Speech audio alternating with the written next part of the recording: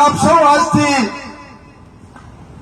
જ્ઞાનીબેન માત્ર નિમિત્ત છે. આપ સૌ જ્ઞાનીબેન બનીને વિસ્તાર લાંબો છે, પોકાય ન પોકાય આપ સૌ તન મન ધનથી, અને આપને સૌને એક પણ વિનંતી કરું છું, ગરીબ પરિવારમાંથી આવે છે, બીજાની ઘોર કાવા દાવા કરીને પૈસા ભેળા કર્યા નથી. આજે પણ કહું છું કે મારી વાવ વિધાનસભા લડતા હતા ત્યારે મારા દલિત સમાજે ડિપોઝિટ ભરી હતી.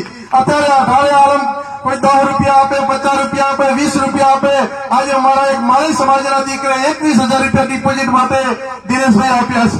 ત્યારે આપને પણ સૌને વિનંતી કરું છું કે આપ સૌના વોટ થી ચૂંટણી લડવાની છે, આપણા ભરોસે લડવાની છે.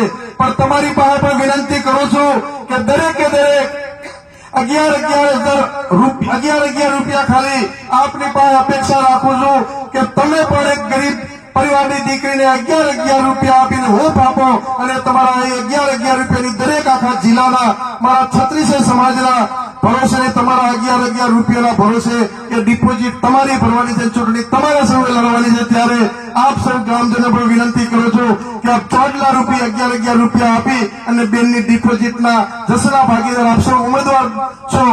જ્ઞાનીબેન માત્ર નિમિત્ત છે, આપ સૌના ભરોસે લડવાની છે. ત્યારે આપ સૌ, અને હમણાં બળદેવજી અમે આવતા હતા અને બળદેવજી કે આ સકલ હારા થાય એટલે આજથી જ નક્કી થઈ ગયું, અને સોશિયલ મીડિયા ભાજપના આગેવાનો ઉમેદવાર બદલવા વિનંતી કરવા. હવે એમને તો એવી દશા જે થઈ છે કે બદલવા જાય તો એ બદલામી હવેરી ગઈ, હસુડી ગઈ, હોમે જોપે ગઈ, આવી દશા આવી છે. એટલે આપ સૌ જીતો છો એ ડંકાની ચોટ ઉપર છે.